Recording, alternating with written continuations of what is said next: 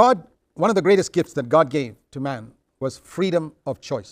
మానవునికి దేవుడిచ్చిన అత్యంత విలువగల వరం ఏంటంటే మనం ఎంపిక చేసుకోవడానికి కావాల్సిన స్వేచ్ఛ. God did not give that freedom of choice to the planets and the stars, to the trees. They have no choice. ఆ ఎన్నుకునే స్వేచ్ఛను దేవుడు గ్రహాలకు ఇవ్వలేదు, నక్షత్రాలకు ఇవ్వలేదు, చెట్లకు ఇవ్వలేదు. ఎందుకంటే అవి స్వేచ్ఛగా ఎంచుకోలేవు. The planets have been obeying God automatically for thousands of years. ఈ గ్రహాలను మనం చూసినట్లయితే కొన్ని వేల సంవత్సరాల కొలది దేవునికి విధేయత చూపిస్తూనే ఉన్నాయి. Never disobeyed God even for a split second.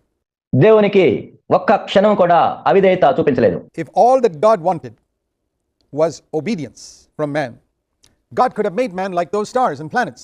I mean, shaped like a man, made of flesh and blood, but programmed inwardly like a robot. ఒకవేళ దేవుడు మానవుని నుండి కేవలం విధేయత మాత్రమే కోరుకున్నట్లయితే గ్రహాల వలె, నక్షత్రాల వలె మానవుణ్ణి ఈ శరీరాకారంలో చేసి, ఈ మాంసయుక్తమైన దేహంలో చేసి ఒక రోబో వలె ప్రోగ్రామ్ చేసి ఉండొచ్చు.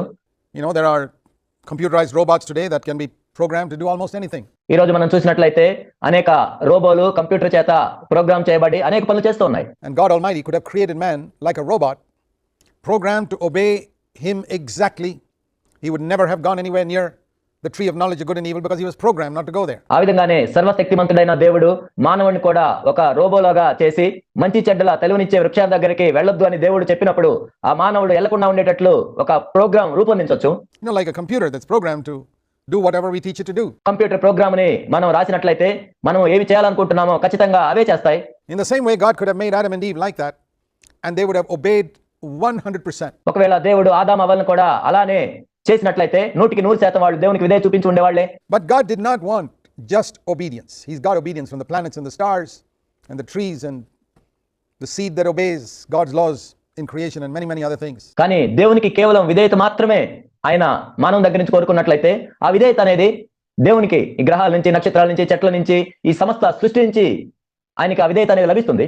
He wanted obedience that was voluntary. కానీ దేవుడు మానవుడి నుంచి కోరుకునేది ఏంటి అంటే ఆ విధేయత స్వచ్ఛందంగా రావాలి. This is so important because without voluntary obedience there can be no holiness. ఇదంతా ప్రాముఖ్యమైనది. ఎందుకంటే స్వచ్ఛందంగా విధేయత చూపించినట్లయితే పరిశుద్ధత అనేది లేనే లేదు. God is holy and man can never be holy unless he chooses to obey. That's why free will is the most important requirement for a man to be holy. దేవుడు ఎంతో పరిశుద్ధుడు కాబట్టి మానవుడు ఎంచుకునే స్వేచ్ఛ లేనట్లయితే మానవుడు ఎన్నటికీ పరిశుద్ధుడు కాలేడు. అందుకే స్వేచ్ఛాయుత చిత్తము అనేది మానవునికి ఎంతో ప్రాముఖ్యమైంది. స్వేచ్ఛగా దేవునికి విధేయత చూపించకుండా మానవుడు ఎన్నటికీ పరిశుద్ధుడు కాలేడు. And God never takes it away. When a man is born again and becomes a Christian, God doesn't take away his free will. మానవుడు తిరిగి జన్మించినప్పుడు దేవుడు మానవుని యొక్క స్వేచ్ఛాయుత చిత్తమును తీసివేయడు. When a man is filled with the Holy Spirit, God doesn't take away his free will. మానవుడు పరిశుద్ధాత్మతో నింపబడినప్పుడు దేవుడు మానవుని యొక్క స్వేచ్ఛాయుత చిత్తమును తీసివేయడు. He still has complete control over himself. In fact, when a man is filled with the Holy Spirit, he has a better control over himself because the Bible says the fruit of the Spirit is self-control. Galatians 5 and verse 23. మానవుడు సంపూర్ణంగా తన స్వాధీనంలోనే ఉంటాడు. ఇంకా మనం చూసినట్లయితే పరిశుద్ధాత్మతో నింపబడినప్పుడు ఇంకా ఎక్కువగా తన స్వాధీనంలో ఉంటాడు. గలతీ 5:23లో మనం చూసినట్లుగా ఆత్మ ఫలము ఆశా నిగ్రహం అయింది. And so you got to view with suspicion anyone who says that when he got filled with the Spirit, he was thrown from one end of the room to the other, or he couldn't stop speaking in tongues, or he couldn't have any control over himself. That always makes me suspicious because కాబట్టి ఎవరైనా ఈ విధంగా చెప్పినప్పుడు నేను ఆత్మతో నింపబడినప్పుడు ఆ గదిలో నుంచి ఈ గదిలోనికి పరిగెత్తాను, లేకపోతే నా స్వాధీనంలో లేకుండానే నేను భాషలతో మాట్లాడుతూ ఉన్నాను అని అలా చెప్పినప్పుడు మనం నిజంగా ఎంతో అనుమానించాలి. I've seen in the scriptures that it's demons who take away a man's control over himself. లేఖనాల్లో మనం చూసినట్లయితే దయ్యం పట్టిన వాళ్ళే వాళ్ళ స్వాధీనంలో ఉండరు. And I've personally seen many cases of demon possessed people who have no control over themselves. నేను వ్యక్తిగతంగా కూడా అనేక మందిని చూశాను దయ్యం పట్టిన వాళ్ళని. వాళ్ళ అధీనంలో వాళ్ళు ఉండరు. The devil is out to control man. అపవాది ఏం చేస్తాడంటే మనుషులను నియంత్రించడానికి చూస్తాడు, తన అధీనంలోనికి తీసుకుంటాడు. God doesn't want to control man like that. దేవుడు మనుషులను ఆ విధంగా నియంత్రించడు. To the point where he takes away his free will. మానవుని యొక్క స్వేచ్ఛాయుత చిత్తమును మించి దేవుడు తన అధీనంలోనికి మానవుల్ని తీసుకోడు. Whereas the devil seeks to take away man's free will. అపవాది ఏం చేస్తాడంటే మానవుని యొక్క స్వేచ్ఛాయుత చిత్తాన్ని తీసివేయడానికి ప్రయత్నిస్తాడు. I've seen demon possessed people who have no control over themselves. నేను చూశాను దయ్యం పట్టిన వ్యక్తులకి వాళ్ళ మీద వాళ్ళకి ఎటువంటి స్వాధీనం అనేది ఉండదు. And that's why you read in the Bible about demon possession, but you never read in the Bible about Holy Spirit possession. అందుకే బైబిల్లో మనం చదువుతాం దయ్యం పట్టింది అని చదువుతాం కానీ పరిశుద్ధాత్మ పట్టింది అని చదవం. What you read in the Bible is Holy Spirit filling. What is the difference between filling and possession? బైబిల్లో మనం ఏం చదువుతాం అంటే పరిశుద్ధాత్మతో నింపబడటం గురించి చదువుతాం. ఇక్కడ పట్టడం అంటే ఏంటి, నింపటం అంటే ఏంటి? The Holy Spirit fills, demons possess. పరిశుద్ధాత్ముడు నింపుతాడు, దయ్యాలు పడతాయి. Possess means total control. And a demon possessed person will not know what he's talking and what he's doing, and they do all types of foolish things. ఇక్కడ దయ్యం పట్టడం అంటే సంపూర్ణంగా దయ్యం యొక్క స్వాధీనంలోకి వెళ్ళటం. అటువంటి వ్యక్తులకు వాళ్ళు ఏం మాట్లాడుతున్నారో తెలియదు, వాళ్ళు ఏం చేస్తున్నారో తెలియదు. But a man filled with the Holy Spirit is in complete 100% control of his faculties all the time, like it says in 1 Corinthians chapter 14. The spirit of the prophets is subject to the prophets. కానీ పరిశుద్ధాత్మతో నింపబడిన వ్యక్తి ఎప్పుడు కూడా తన మీద తాను సంపూర్ణమైన స్వాధీనాన్ని కలిగి ఉంటాడు. 1 కొరింథీ 14లో మనం చూస్తాం, ప్రవక్తల యొక్క ఆత్మ ప్రవక్తల యొక్క స్వాధీనంలో ఉంటుంది.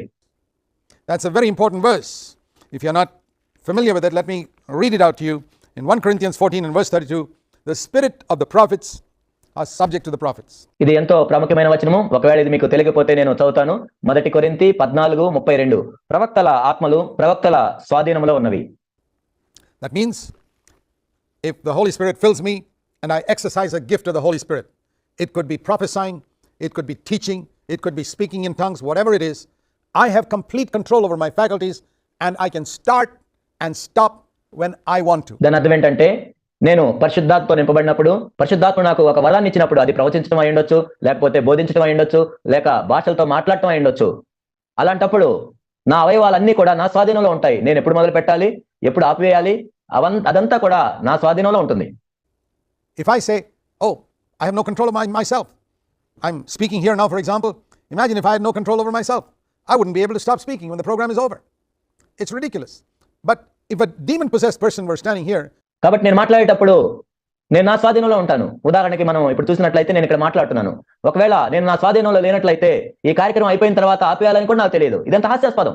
he wouldn't be able to control himself. He wouldn't know when he would start, when he would finish. కానీ ఒక దయ్యం పట్టిన వ్యక్తి ఇక్కడ నిలబడినట్లయితే అతనికి ఎప్పుడు మొదలు పెట్టాలో తెలియదు, ఎప్పుడు ఆపేయాలో కూడా తెలియదు. But the spirit of the prophets are subject to the prophets. కానీ ప్రవక్తల యొక్క ఆత్మలు ప్రవక్తల యొక్క స్వాధీనంలో ఉంటాయి. And every gift of the Holy Spirit is given to us, but for us to exercise according to our own choice. పరిశుద్ధాత్మ యొక్క ప్రతి వరము కూడా, మనకు అనుగ్రహించబడిన ప్రతి వరము కూడా మన ఎంపిక చొప్పునే మనం వాటిని వాడొచ్చు. If God gives a man a gift of teaching, God's given me a gift of teaching. If you wake me up at 3 o'clock in the middle of the night and tell me to speak for 1 hour or 10 minutes, I can teach because the gift has been given to me. దేవుడు ఒక వ్యక్తికి బోధించే వరం ఇచ్చినట్లయితే, దేవుడు నాకు బోధించే వరాన్ని ఇచ్చాడు. మీరు ఉదయం 3 గంటలకి నన్ను లేపి 1 గంట బోధించమన్నా బోధిస్తాను, 10 నిమిషాలు బోధించమన్నా బోధిస్తాను. ఎందుకంటే దేవుడు ఆ వరాన్ని నాకు ఇచ్చాడు కాబట్టి. Of my spirit is subject to me. ఇక్కడ నా ఆత్మ నా స్వాధీనంలోనే ఉంటుంది. So free will is something God gave Adam, and God needed Adam to make a choice. దేవుడు ఆదాముకి స్వేచ్ఛాయుత చిత్తాన్ని ఇచ్చాడు. ఆదాము స్వేచ్ఛగా ఎంచుకోవాలని దేవుడు కోరుకున్నాడు. In order to be holy, and that's why when he sent him into the Garden of Eden, he didn't tell him, do whatever you like. ఆదాము పరిశుద్ధంగా ఉండాలంటే తాను ఎంచుకోవాలి. అందుకే ఆ తోటలోనికి పంపించినప్పుడు ఆదాముని దేవుడు ఇలా అనలేదు, నీ ఇష్టం వచ్చినట్లు ఏదైనా నువ్వు చేయమని అనలేదు. Then how would you know whether he's exercising his will on the side of God? మరి అలా అయినట్లయితే ఆదాము తన స్వేచ్ఛాయుతమైన చిత్తమును దేవునికి అనుకూలంగా వాడుతున్నాడా లేదా మనకి ఎలా తెలుస్తుంది? So God said there are 10,000 trees there, or more than that, but there's one tree I don't want you to take part of. Now, is that a difficult command? కాబట్టి దేవుడు చెప్పాడు, అక్కడ ఒక 10,000 వృక్షాలు ఉన్నాయి, లేక ఇంకా ఎక్కువ ఉన్నాయి, కానీ అక్కడ ఒక వృక్ష ఫలం తినొద్దు అని దేవుడు చెప్పాడు. అది నిజంగా ఎంతో కష్టమైన ఆజ్ఞ. If you're permitted to do 10,000 things in a room, but only one thing you should avoid, you can't say that's a difficult command. That's the easiest thing in the world. ఒక గదిలో మీరు 10,000 విషయాలు చేయొచ్చు, కానీ ఒక విషయం చేయొద్దని చెప్పారు. మీరు అనుకుంటారు ఈ లోకంలో కల్లా అది ఎంతో సరళమైన ఆజ్ఞ మీరు అనుకుంటారు. If God on the other side, on the other hand, had told Adam, there are 10,000 trees there, you shouldn't touch any of them, you're only permitted to eat of this one tree, that would have been difficult. ఇంకో విధంగా మనం చూసినట్లయితే, నీవు ఈ 10,000 వృక్షాలు ముట్టుకోకూడదు, కేవలం ఈ ఒక్క వృక్ష ఫలాన్ని నువ్వు తినొచ్చు అని దేవుడు చెప్పుంటే అది నిజంగా ఎంతో కఠినమైన ఆజ్ఞ. But it wasn't like కానీ ఆ విధంగా జరగలేదు. God's commands are not burdensome. దేవుని యొక్క ఆజ్ఞలు భారమైనవి కావు. His commands are easy. 1 John 5 says his commands are not a burden. 1 యోహాను 5లో చెప్పబడినట్లుగా ఆయన ఆజ్ఞలు ఎంతో సులువైనవి, తేలికైనవి. It's the devil who tells us that God's commands are heavy and a burden. Jesus said, my yoke is easy. My burden is light, he said in Matthew chapter 11 verse 29 and 30. Take my yoke upon you because it's easy. దేవుని యొక్క ఆజ్ఞలు ఎంతో భారమైనవి, కఠినమైనవి ఎవరు చెప్తారు? సైతాన్ చెప్తాడు. కానీ యేసుక్రీస్తు ప్రభువారు ఏం చెప్పారు? నా కాడి ఎంతో తేలికైనది, నా భారం ఎంతో సులువైనది అని యేసుక్రీస్తు ప్రభువారు మత్తయి సువార్త 11:29లో చెప్పారు. నా కాడి ఎత్తుకోమని చెప్పారు. But the yoke of the devil is heavy. కానీ అపవాది యొక్క కాడి ఎంతో భారమైనది. The yoke where you choose your own way in life, that's heavy. నీ జీవితంలో నీ సొంత మార్గాన్ని నువ్వు ఎంచుకునే జీవితం అనేది ఎంతో భారమైంది. So we see here that free will is something God never takes away till the end of your life. కాబట్టి ఇక్కడ మనం చూసినట్లయితే నీ జీవితాంతం వరకు కూడా దేవుడు నీ స్వేచ్ఛాయుతమైన చిత్తమును తీసివేయడు. You can be the most spirit-filled person on earth, and you have complete control over your faculties, and you can choose till the end of your life whether you want to follow the Lord or not. నువ్వెంతో ఆత్మీయుడివై ఉండొచ్చు, నీ అవయవాలన్నిటి మీద నీకు స్వాధీనం ఉండొచ్చు, కానీ నీ జీవితాంతం వరకు చివరి వరకు కూడా నువ్వు ప్రభువుని వెంబడించాలా వెంబడించకూడదా నువ్వు ఎంచుకోవచ్చు. God is not going to hold you in such a way as if to say, well, now you have to go to heaven whether you like it or not. దేవుడు నిన్ను ఇలా ఏదో గట్టిగా పట్టుకొని నీకు ఇష్టం ఉన్నా లేకపోయినా నువ్వు పరలోకం వెళ్ళాల్సిందే అనేమండ దేవుడు. Some people teach that once I've given my life to Christ, God holds you in such a way that I have no freedom now. I have to go to heaven whether I want to or not. కొంతమంది ఈ విధంగా బోధిస్తారు, ఒకసారి నా జీవితాన్ని నేను ప్రభువుకు అప్పగించినట్లయితే నాకు ఇష్టం ఉన్నా లేకపోయినా నేను పరలోకం వెళ్ళాల్సిందే. They say once you're saved forever whether you like it or not. నువ్వు ఒకసారి రక్షించబడినట్లయితే నీకు ఇష్టం ఉన్నా లేకపోయినా నువ్వు ఎప్పటికీ రక్షించబడినట్లే. How could that be? Because that would mean that man's free will has been taken away now. అదెలా సాధ్యం? అలా ఉన్నట్లయితే మానవుని యొక్క స్వేచ్ఛాయుతమైన చిత్తాన్ని తీసివేసినట్లే కదా.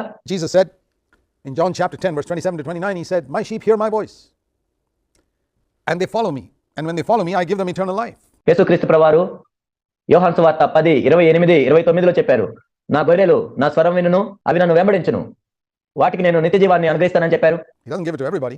My sheep hear my voice and they follow me and I give them eternal life. ఆయన అందరికీ ఇస్తానని చెప్పలేదు, నా గొర్రెలు నా స్వరం వినును, అవి నన్ను వెంబడించును, వాటికి నేను నిత్య జీవం ఇస్తానని చెప్పారు. And no one will pluck them out of my hand. My Father who's given them to me is greater than I am, and no one is able to pluck them out of his hand. ఎవడును వాటిని నా చేతిలో నుండి అపహరించలేడు, వాటిని నాకు ఇచ్చిన తండ్రి నాకంటే గొప్పవాడు కనుక నా తండ్రి చేతిలో నుండి వాటిని ఎవరు అపహరింపలేరు. So we believe with all our heart that Jesus is almighty, God the Father is almighty, and if we are in their hands, no power on earth in this universe can pluck us out of Jesus' hands or the Father's hands. కాబట్టి మన హృదయం అంతటితో మనం నమ్ముతాము, యేసుక్రీస్తు ప్రభువారు సర్వశక్తిమంతుడు, తండ్రి సర్వశక్తిమంతుడు, కాబట్టి ఈ లోకంలో ఉన్న ఏ శక్తి కానీ ఎవరు కానీ నన్ను యేసు ప్రభు చేతిలో నుండి తండ్రి చేతిలో నుండి ఎవరు అపహరింపలేరు అని మనం నమ్ముతాం. But we can jump out ourselves. కానీ మనము ఆ చేతిలో నుండి క్రిందకు దూకి వెళ్ళిపోవచ్చు. That's the thing that makes us lose our salvation, where we decide, I don't want to follow the Lord anymore. ఆ విధంగా మన రక్షణను మనం కోల్పోవచ్చు. మనం ఒక నిర్ణయం తీసుకోవచ్చు, నేను యేసుక్రీస్తు ప్రభువుని ఇక ఎన్నటికీ వెంబడించను అని. Just like a man can divorce his wife, he can divorce Christ and say, I've had enough, I don't want to go this way. ఒక పురుషుడు భార్యకి ఏ విధంగా అయితే విడాకులు ఇస్తాడో ఆ వ్యక్తి క్రీస్తు కూడా ఇవ్వచ్చు, చాలు ఇక నేను ఇంకా ప్రభువుని వెంబడించనని చెప్పవచ్చు. And people have done that. Now if God were to take away a man's free will and possess a person like demons possess a person, then of course the man would never be lost. అనేక మంది అలా చేశారు కూడా. ఒకవేళ దేవుడు దయ్యం పట్టినట్లు ఒక మనిషిని పట్టుకొని ఆ విధంగా ఉన్నట్లయితే ఎవరు కూడా నశించారు కదా. He'd be like a robot from that moment onwards. And there are some people who teach something very similar to that. అప్పటి నుంచి కూడా వాళ్ళు రోబో లాగా ఉంటారు.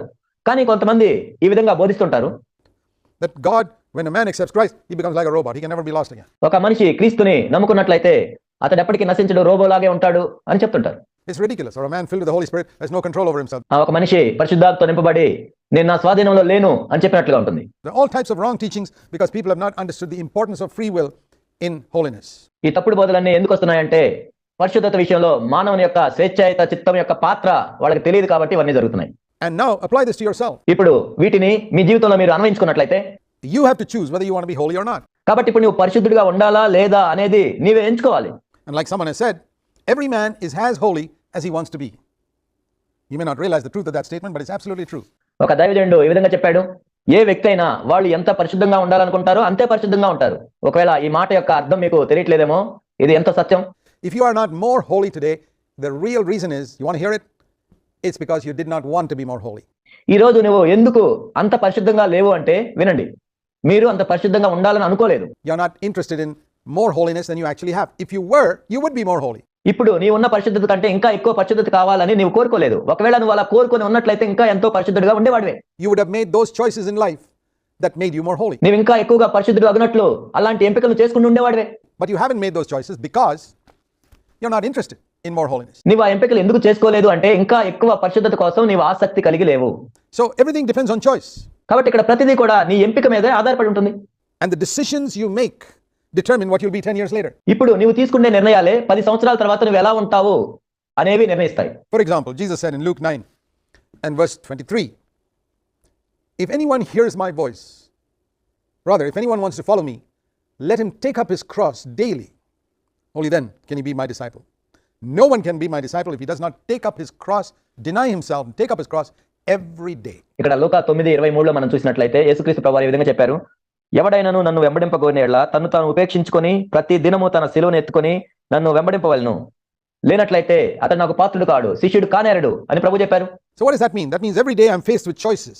దాని అర్థం ఏంటి? ప్రతిరోజు కూడా నేను ఎంచుకోవాల్సిన విషయాలు అనేకమైనవి ఉంటాయి. And in those choices I have to say no to my own will and say yes to the will of God. That is what it means to deny myself and take up the cross. That means put my self-will to death and do the will of God. కాబట్టి ప్రతి విషయంలో కూడా నా చిత్తం కాదు ప్రభువా, నీ చిత్తమే అని నేను ఎంచుకోవాల్సిన అవసరం ఉంటుంది. అదే నన్ను నేను ఉపేక్షించుకొని నా సిలువని ఎత్తుకోవటం అంటే. Now think of a person, two people who are converted on the same day, going to the same church with the same opportunities, and they attend the same meetings 10 years later. మనం ఇద్దరు వ్యక్తుల్ని చూసినట్లయితే వాళ్ళు ఒకే రోజు తిరిగి జన్మించుండొచ్చు, ఒకే సంఘానికి వెళ్తూ ఉండొచ్చు, ఒకే అవకాశాలు ఉండొచ్చు, ఒకే మీటింగులకి వెళ్తూ ఉండొచ్చు. కానీ 10 సంవత్సరాల తర్వాత మనం వారిని చూసినట్లయితే you find one is way ahead of the other person spiritually, even though they both attended the same number of meetings, attended the same church, read the same Bible, had the same opportunities. Why? ఒకరేమో ఆత్మీయంగా ఎంతో ఉన్నతమైన స్థానంలో ఉంటారు. వాళ్ళు ఒకే సంఘానికి వెళ్ళారు, అదే మీటింగులకు వెళ్ళారు, అదే బైబిల్ చదివారు. ఎందుకు? Because in those 10 years, in all the different situations that these two men faced and the choices they made, one brother denied himself frequently and chose the will of God. The other one was more careless and indulged himself more often. The result is the other brother, the first one, is miles ahead of the other one spiritually. ఈ ఇద్దరిని మనం చూసినట్లయితే ఈ 10 సంవత్సరాల్లో ఒక సహోదరుడు ఏం చేశాడంటే తన జీవితంలో ప్రతిరోజు వచ్చే విషయాల్లో తను ఉపేక్షించుకొని తన చిత్తమును కాదనుకొని దేవుని చిత్తాన్నే ఎంచుకున్నాడు.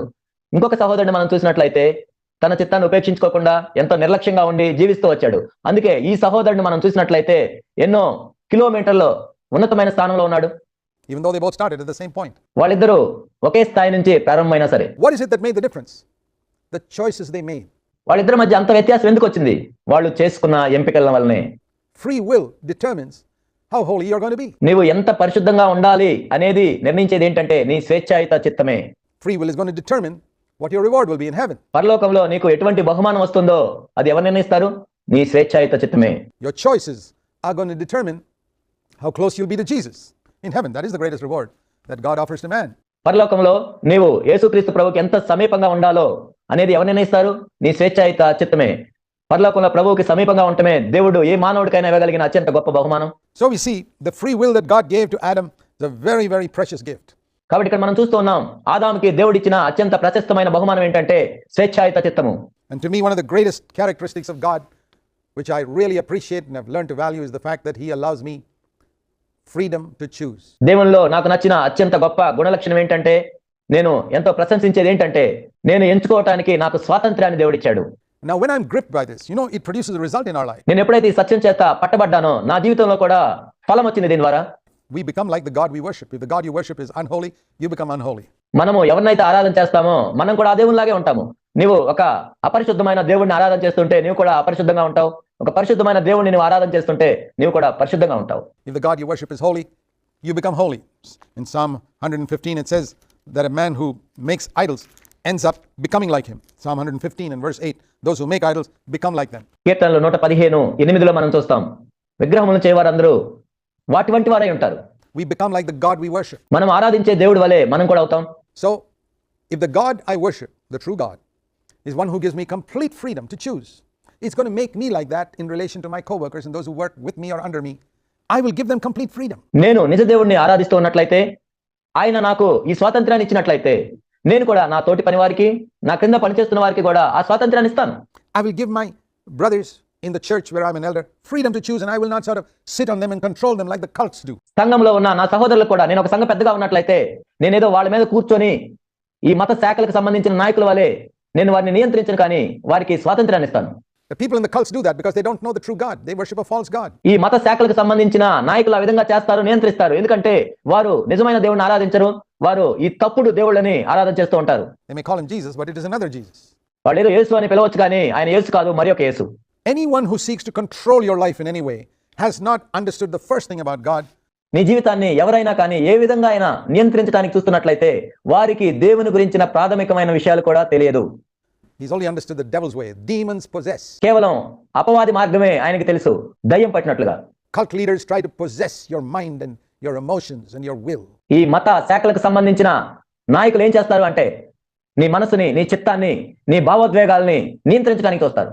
But godly men will give you the freedom that Almighty God himself gives. సర్వశక్తివంతుడైన దేవుడే స్వాతంత్రం ఇచ్చినట్లు దైవజనులు ఏం చేస్తారంటే నీకు స్వాతంత్రాన్ని ఇస్తారు. This is such an important principle, and if you don't understand it, you can be a prey to pastors and leaders and Christian leaders and preachers who want to control your life. ఇది ఎంతో ప్రాముఖ్యమైన నియమం. ఒకవేళ ఈ నియమం నీకు తెలియనట్లయితే నీవు పాస్టర్లకి క్రైస్తవ మత నాయకులకి ఒక ఎరగా వేయబడతావు. Don't ever yield to them. That's the way of the devil. ఆ విధంగా ఉన్న వాళ్ళకి నీవు ఎప్పుడు లోబడద్దు. అది అపవాది యొక్క మార్గం. The Bible says in 1 Corinthians 7, you are bought with a price. మొదటి కొరింథీ 7లో బైబిల్ ఈ విధంగా చెప్తుంది, మీరు వెలపెట్టి కొనబడిన వారు. Do not become the slaves of men. మనుషులకు మీరు దాసులుగా ఉండవద్దు. Very, very important to remember that. దీన్ని మనం జ్ఞాపకం